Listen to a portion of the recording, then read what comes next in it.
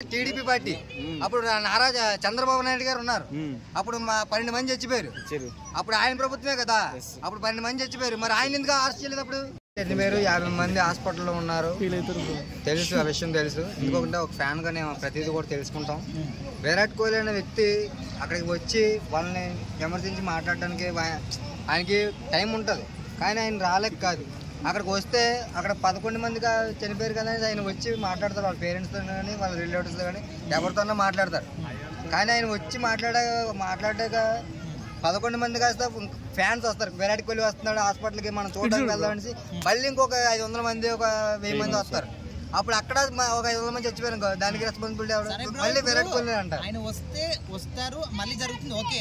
But రాకపోయినప్పటికీ కూడా ఈ issue జరిగిన తర్వాత కూడా సోషల్ మీడియాలో కప్పు గెలిచాం, హ్యాపీగా ఉందని పోస్ట్ పెట్టారు తప్ప టీం యొక్క కెప్టెన్ కావచ్చు విరాట్ కోహ్లీ కానీ వీళ్ళకు తగ్గట్టుగా, ఇష్యూకి తగ్గట్టుగా మేము బాధపడుతున్నాము ఎక్కడ కూడా మెన్షన్ చేయలేదు. మరి దానికి ఏం చెప్తారు? ఇప్పుడు మెన్షన్ చేయకపోవడం అంటే ఉండదు బ్రో, మెన్షన్ చేస్తారు. ఇప్పుడు సాయం చేసే వ్యక్తి కుడి చేతితో చేసి ఎడం చేతికి తెలియకుండా చేస్తాడు వ్యక్తి. ఆయన విరాట్ కోహ్లీ అనే వ్యక్తి.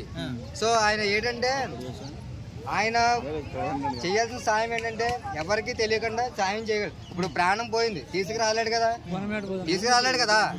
ప్రాణం పోయింది, తీసుకురాలేడు.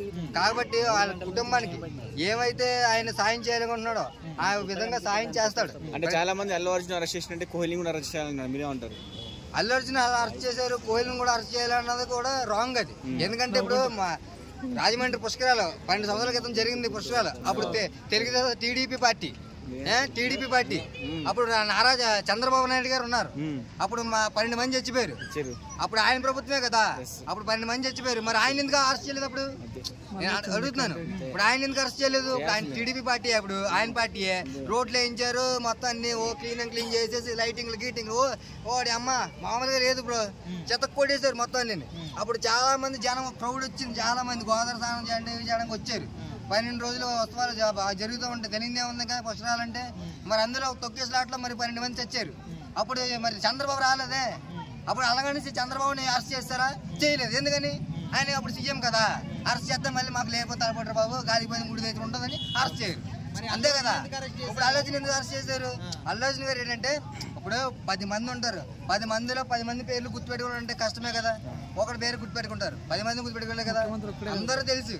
ఇప్పుడు అల్లు అర్జున్ వ్యక్తి మనకి అల్లు అర్జున్ తెలుసు, అల్లు శిరీష్ గారు తెలుసు, అల్లు రామయ్య గారు తెలుసు, అల్లు ఫ్యామిలీ మెంబర్స్ అందరూ తెలుసు, మెగాస్టార్ చిరంజీవి గారు తెలుసు, మెగా రామ్ చరణ్ గారు తెలుసు. ఇప్పుడు ఎక్కడికి వెళ్ళినా సరే అల్లు అరవింద్ గారు అబ్బాయి అంటారు కానీ అల్లు అర్జున్ అంటారు కదా. ఫస్ట్ తండ్రి పేరు తీస్తే కొడుకు పేరు తీస్తారు, అవునా?